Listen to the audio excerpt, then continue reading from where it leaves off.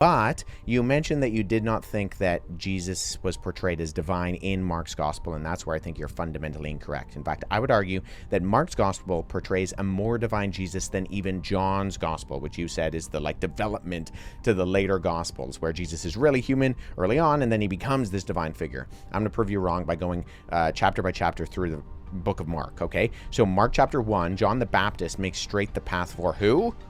It's Jesus. Right in Mark chapter 1, verse 3, it says, "As it was written in Isaiah the prophet, Behold, I send my messenger before your face, who will prepare your way, a voice of one crying in the wilderness, prepare the way for the Lord, make his path straight."